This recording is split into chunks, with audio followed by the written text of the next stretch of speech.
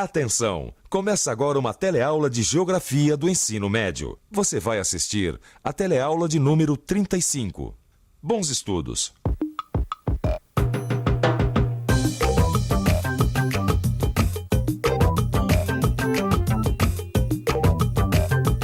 A gasolina vem do petróleo. E o petróleo, como você sabe, é a principal fonte de energia da sociedade industrial. Mas não é a única. Existem várias outras. Como será que a nossa sociedade está se relacionando com as suas fontes de energia? Será que nós estamos pensando no nosso futuro? O que vai acontecer, por exemplo, no dia em que o petróleo acabar?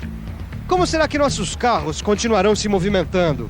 E a indústria? Como vai ficar sem petróleo?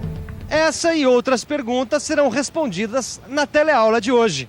O nosso tema é energia vital. Hoje você vai ver que a lenha ainda é um combustível essencial nos países pobres e que o seu uso acarreta a destruição da cobertura florestal. Você vai ver também que a reciclagem é uma excelente alternativa para alongar a vida útil das jazidas e que a água, apesar de ser o recurso mais abundante do nosso planeta, tem sua qualidade cada dia mais comprometida.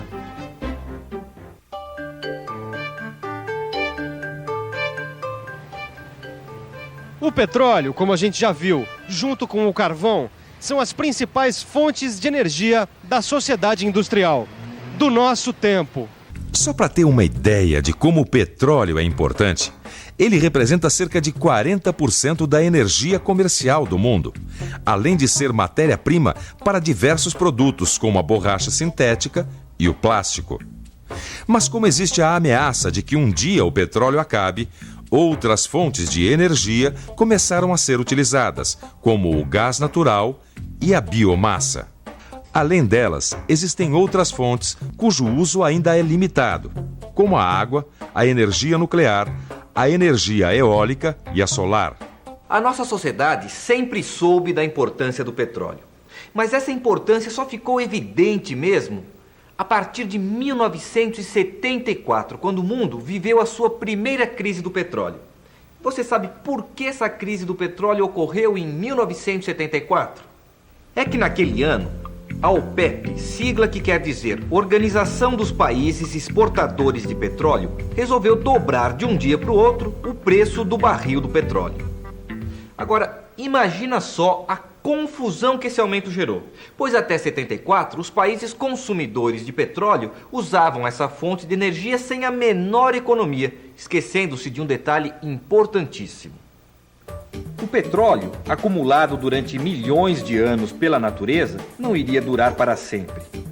Mas foi só a partir da crise gerada pelo aumento de preços da OPEP que os países consumidores se viram obrigados a pensar em formas de se racionalizar o uso do petróleo. Ou seja, o mundo teve que começar a reverter uma equação que até então predominava entre os países cujas taxas de consumo de energia acompanhavam as do crescimento econômico. Só para você ter uma ideia de como essa equação mudou a partir da crise do petróleo de 74, veja o que aconteceu com a Alemanha. O aumento do consumo de energia do país foi de 3% entre 1974 e 1985. Já o PIB alemão cresceu 17,5% no mesmo período. A Alemanha continuou crescendo sem precisar aumentar o consumo de energia. Isso foi consequência direta da crise do petróleo de 1974. A crise dos preços acabou estimulando o desenvolvimento de novas tecnologias que economizam energia. Só que nem as novas tecnologias serão capazes de reverter o atual quadro. Se continuarmos a consumir petróleo no ritmo atual, as reservas mundiais devem se esgotar nos próximos 50 anos. Um problema que o carvão, por exemplo, está longe de vivenciar. Pois se forem mantidos os atuais níveis de consumo, as reservas mundiais de carvão devem suprir a demanda pelos próximos 250 anos. Só que o carvão provoca uma série de problemas ambientais. Um fato nos dias de hoje que deve inviabilizar uma volta maciça ao seu uso. Isso não é tudo. Não pense você que o petróleo e o carvão são os únicos problemas energéticos do nosso tempo. existe um outro, ainda mais antigo do que eles. O problema da lenha. Você pode achar meio estranho que ainda nos dias de hoje a lenha é utilizada como fonte de energia. Mas o fato é que cerca de 2 bilhões de habitantes dos países em desenvolvimento, ou seja, cerca de 1/3 da população mundial, ainda utiliza a lenha como combustível para cozinhar ou então para aquecimento. Além de ter que destruir os meios de vida do futuro para garantir a sobrevivência do presente, essas populações dos países pobres ainda estão tendo que enfrentar outro problema. É que com o desmatamento, os solos ficam expostos à ação das chuvas e a biodiversidade é definitivamente modificada. Mas o problema de diminuição das florestas tropicais não se resume, é claro, apenas ao uso da lenha como fonte de energia. Existem ainda outros motivos, outros fatores que estão contribuindo para isso. Manaus, Brasil. Queridos pais, a floresta amazônica é linda, mas eu fiquei muito preocupada com o que vi por aqui. Tanto as madeireiras, que estão atrás de madeiras nobres, quanto os colonos que querem terras para agricultura, estão desmatando as florestas sem dó nem piedade. O pior é que se ninguém fizer nada, daqui a 50 anos a gente corre o risco de ver toda essa formação florestal desaparecer. Mas peraí, Vicente, tem uma coisa que eu não entendi. Por enquanto eles só falaram do petróleo e da madeira. Mas os recursos naturais que a gente usa não param por aí, não é mesmo? Não, lógico que não. Além desses combustíveis fósseis, que são utilizados como energia, como matéria-prima, a indústria ainda utiliza mais de 80 minerais também como matéria-prima. Ó, só como exemplo, o cobre, o estanho, o zinco. Mas esses recursos minerais também têm um perigo de se acabarem, não é? Lógico, as jazidas ainda são muito abundantes, mas tem um dia que eles vão acabar, não tem jeito. E vem cá, ninguém tá fazendo nada por isso? Lógico que tá, a reciclagem tá aí para isso. Olha só que incrível, Gil. Para produzir 1 tonelada de alumínio a partir da sucata, ou seja, através da reciclagem, gasta-se apenas 5% da energia necessária para extrair a bauxita e transformá-la em alumínio. Ou seja, a reciclagem, além de recuperar uma sucata que iria se transformar em lixo, ainda contribui e muito para economizar energia. Até aqui, a gente viu como o petróleo, a madeira e mesmo os minerais são importantes para a vida na Terra. Mas ainda falta falar de mais um recurso natural, talvez o mais importante de todos: a água. A água é fundamental para a nossa existência. Só que a gente não tem dado a ela a devida importância. Cada dia que passa, mais e mais poluímos rios e mares. E o homem ainda não percebe com clareza que os recursos hídricos também são limitados. Que a água do nosso planeta também não vai durar para sempre. Mas antes de falarmos sobre a poluição das águas, que tal entender o seu ciclo? A água que abastece os continentes circula entre a Terra, o mar e a atmosfera, graças à energia solar. A energia solar aquece a água e faz com que uma parte dela envolva o planeta em forma de vapor. Essa mesma água que umidificou a atmosfera volta para a Terra devido às precipitações.